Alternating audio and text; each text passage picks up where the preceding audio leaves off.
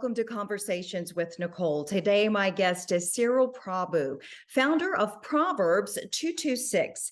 He began the organization in 2012. The goal of Proverbs226 is to provide children with proper education and the tools to mend their relationship with their parent and or parents who've been incarcerated.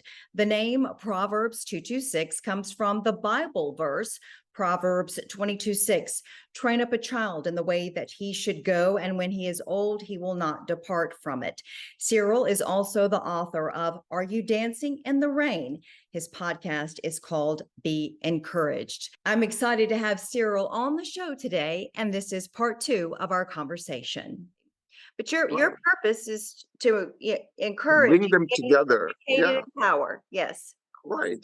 So the second part of this mission is to send them to college. Like the first year in 2013, by this time we are matured a little bit. 1 year has gone by. We wanted to send these kids to college, right?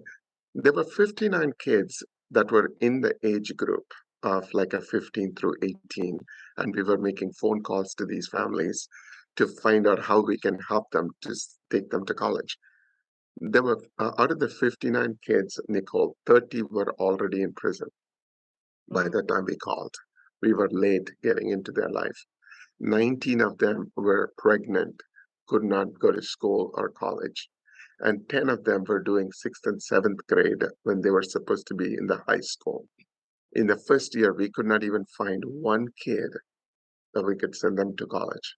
And Cyril, just to be clear, these were the children of the inmates that you were trying to help get back on the right track. You're reaching out to their children and you couldn't find but one. Yeah. Because they're already having the issues in the system of not having a father at home because that father is in jail, and we see what happens. The cycle has already started to work. Heartbreaking. So the 13 is the age to put these kids into a prison in this country. 13 is the age limit, right?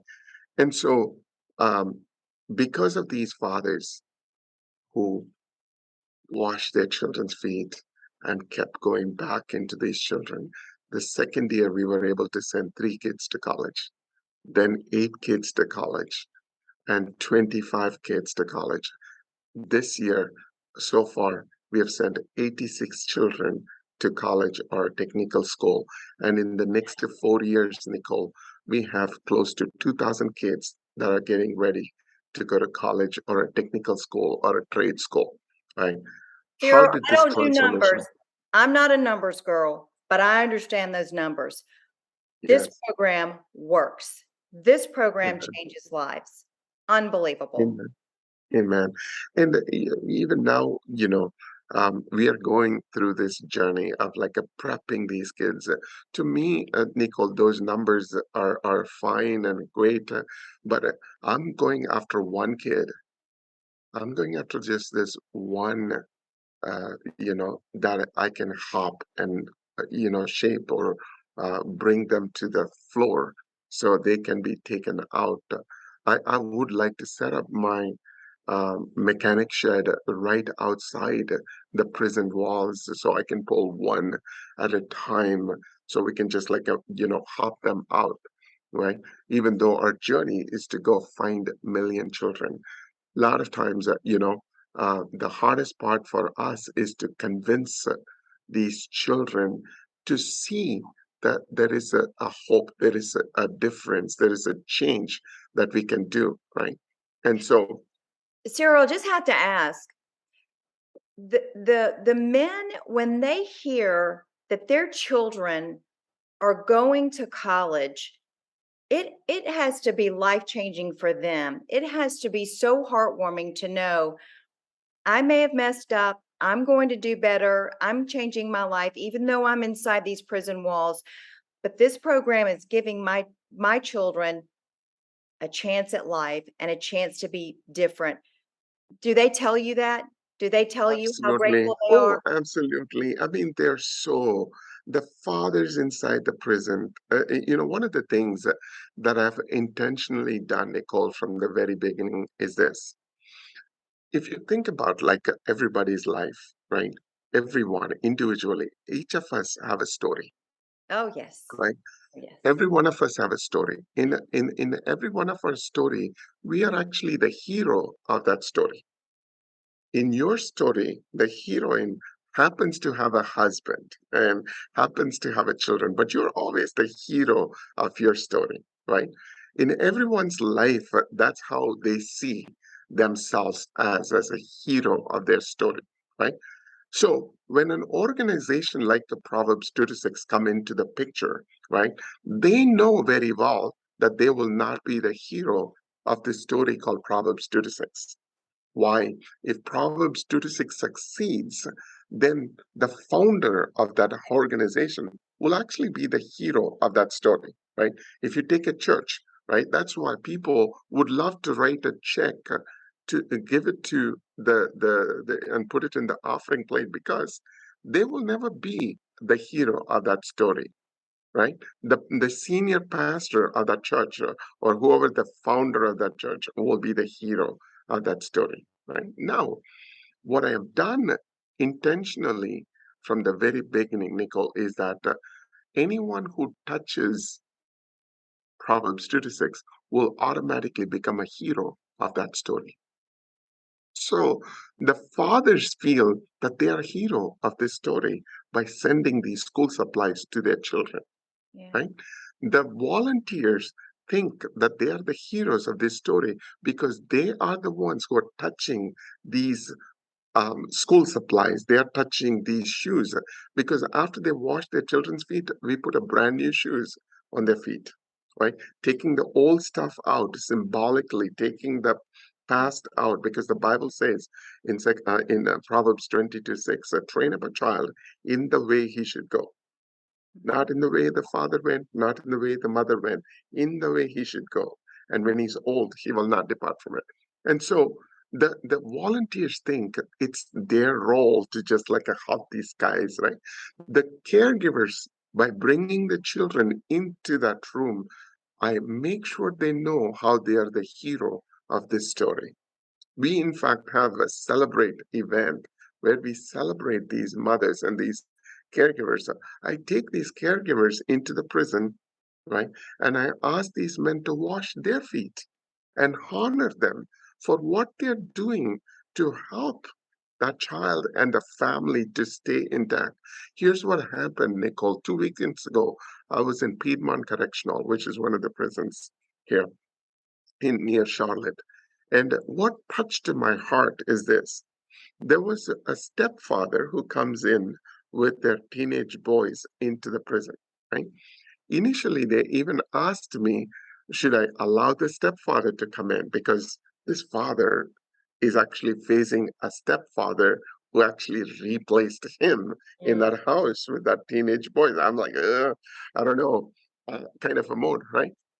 But during the afternoon, I took the kids out, and I did not know this story at that point in time. And so I asked all these men to get on their knees and honor the caregivers by washing their feet. And what came to my surprise is this father got on his knees and washed that stepfather's feet and asked for forgiveness and honored him. Nicole, tell me, will their life be ever be same? Mm. That's I powerful. have another situation where a mom refused to come, and the 10-year-old boy forced her to come to the prison. And little that she knew, because they have been divorced, they have nothing to do with each other. That's why she didn't want to come. She was ready to let that boy go and see the father, but somehow the boy forced her to come, right?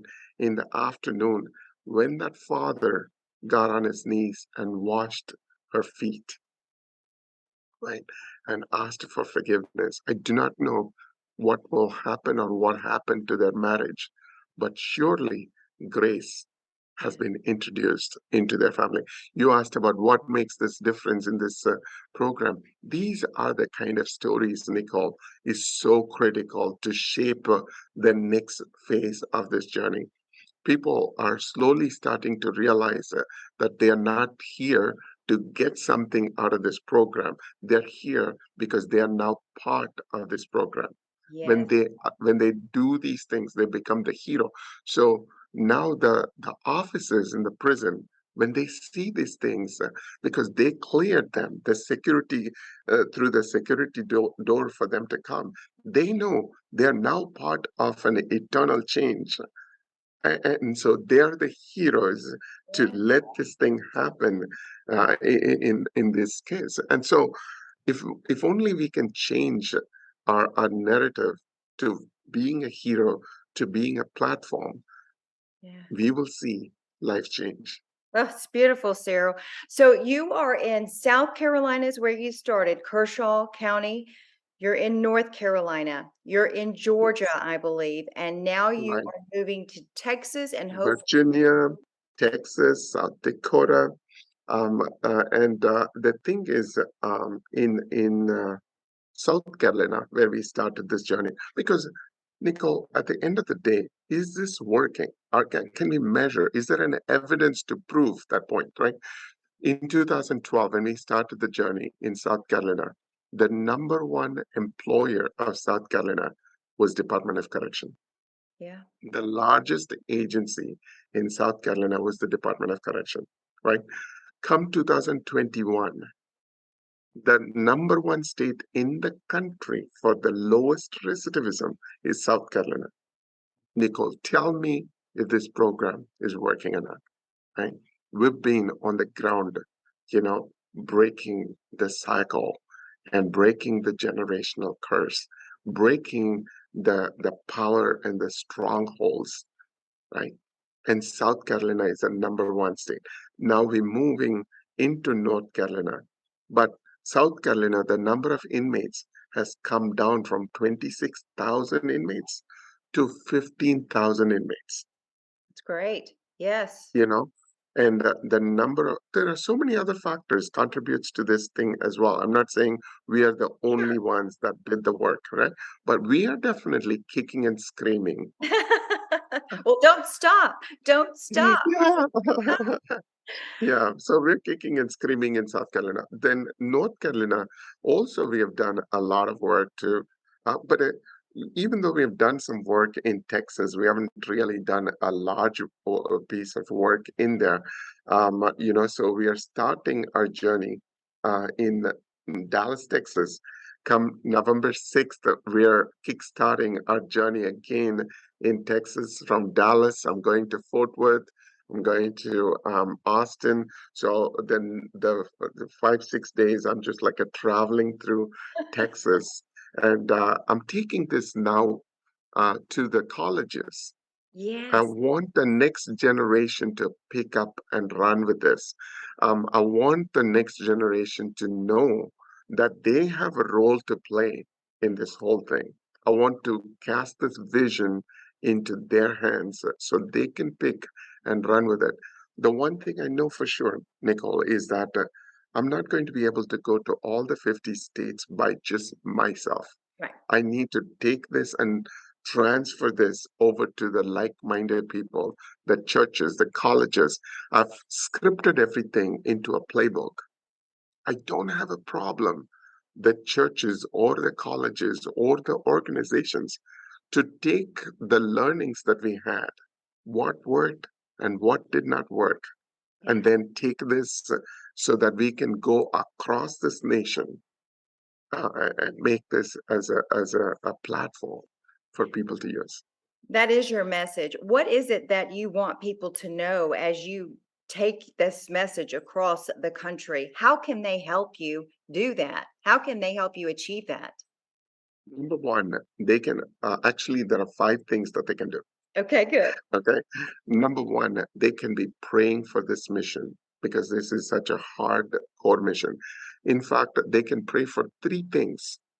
They, when they are praying for this mission, they pray that not even one of these children that we are touching will ever go to prison Yes. or Amen. eat that prison food. Number two, not even one of these children that we are touching through this journey will ever get pregnant before they get married. Number three, not even one of these children will drop out of school. Those are just those three simple things that people can pray for. That's one. Number two, they can actually be part of this journey by coming into the prison and serving. So if they are in in South Carolina, North Carolina, Virginia, Georgia, Texas, South Dakota, any of these states, if they are in that state, you know, they can reach out to us and they can serve inside the prison with us, right? This does not happen every day. 3 days a year is all I'm asking for. Oh, okay. Okay. 3 days a year where we go into one of those prisons where they can commit to just one prison to serve, right? 8 hours 8 hours. in a year that they get like 8 hours per day for 3 days. We take the kids and the fathers get a chance to ask for forgiveness, or we take the school supplies and turn the prison into Walmart. They don't need to come up with the school supplies. We have school supplies. They will be part of this journey. Or celebrate during the November, December time. Come in and celebrate their life, right? So those are three things where the kids get a chance to dance with their fathers Yeah. during that time. The girls get do it because the girls have to hear from their mom and dad how beautiful and precious they are, and that there's no one beautiful than them, and they don't need to, lose their identity in that. When they don't hear from their dads how beautiful they are, someone on the street is using to get these girls pregnant. Mm, Right. So that's number two. Come in, serve with us. Right. Number three, we have mentoring sessions called Kids to Career. So they can sign up to help these guys mentored so that this is all happening once a month, okay. every third Saturday or a second Saturday, depending on the time of the year, because sometimes you have holidays come during that period, or you have Super Bowls and things like that, because it only happens on a Saturday. So we have a schedule for that. So for 1 hour, once a month, they can come and be a mentor for one of these children. If you are a doctor, if you are a scientist, if you are a mechanic, if you are like a welder, it doesn't matter. We have channels for each of these children to pick one of these careers so they can be a mentor. So that's number three. Number four, they can tutor these children in math and science if they want to. We have a platform for that. And number five, if they have resources, they are not able to do any of these things, they want to support this ministry, they can, send their resources to help move this forward. Perfect. And they can go to Proverbs226.org to learn all of that information. Excellent. Excellent. Cyril, this has been um, heartwarming, enlightening, encouraging, and powerful in so many ways to know what you and those volunteers are doing to change the lives of these children for better and to give those behind bars hope and a chance for a new life once they get out one day. Yes. And the mantra that I talked about earlier still holds good, Nicole, that if we can bring the fathers back into the lives of these children, Yeah. crime in this nation will come down. There's absolutely no doubt in my mind that this is the only way that we can actually bring hope and change. And of course, my faith is very important, and I've never shied away talking about my faith. But at the same time, the faith connected with works, right, in helping them. A lot of ways, Nicole, we are the Bible Hmm. people read. Right. You and I are the Bible that people read. You and I are the only one we can bring the words written in the Bible. We don't need to be preaching. We can live by what it says. And so that's what Proverbs 26 is all about. 100%. And I just want to say that, that you are being loved. And thank you so much, Nicole, for having me on this. Thank you. Thank you. And thank you for what you are doing. It's much appreciated from me and so many others, and for the lives that you have already changed and for the lives that you will change. Thank you, Cyril. Okay. Folks, that will do it for this edition of Conversations with Nicole. Until I see you again, I hope you have a great day.